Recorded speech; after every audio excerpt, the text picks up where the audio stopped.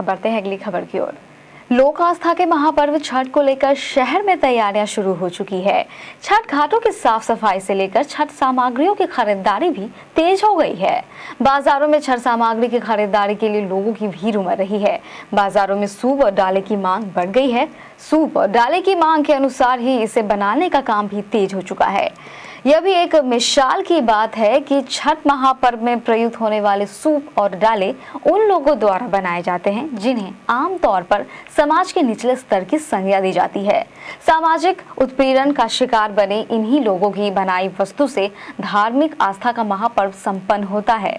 यह भी एक महत्वपूर्ण पहलू है कि ईश्वर के नजर में सभी महापर्व के सूप और टोकरियां कहां से बनकर आती हैं? ऐसे कुछ सवाल हैं जो आपके जहन में भी घुमर रहे होंगे।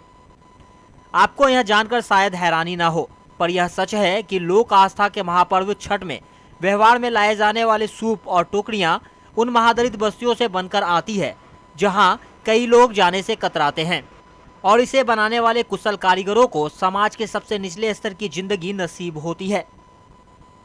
ऐसे महादलित लोग मुख्यधारा से आज भी कोसों दूर हैं और समाज की विषमताओं से ग्रसित। ऐसे में सोचने वाली बात है कि इनके बनाए वस्तुओं का प्रयोग हम लोक आस्था के अनुष्ठान में जरूर करते हैं, पर इनसे दूरी क्यों? यह एक सवाल है जो हमारे समाज की विषमता को साफ तौर पर प्रदर्शित करती है। समाज की विषमताओं से ग्रसित महादलित लोग भले ही निचले स्तर की जिंदगी अपनाए हैं, फिर भी इन्हें सुकून है कि साल में 2 बार आने वाली छठ उनके जीविकोपार्जन की व्यवस्था कर देती है।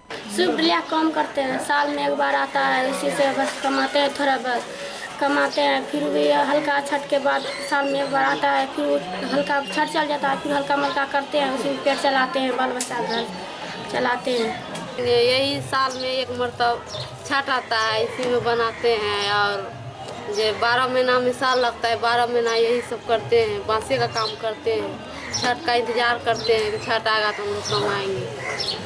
लोक आस्था का महापर्व छठ इस भेदभाव को दरकिनार कर हमें एक ही धारा में गुजर बसर करने की सीख देती है। जरूरत है इस सीख को हम सभी लोग जीवन में लाएं, तभी समाज के बीच से भेदभाव खत्म हो पाएगा और हमारे समाज में एक रूपता आएगी। कैमरा पर्सन राजेश अग्रवाल के साथ करण कुमार की रिपोर्ट, केबीसी न्यूज के लिए।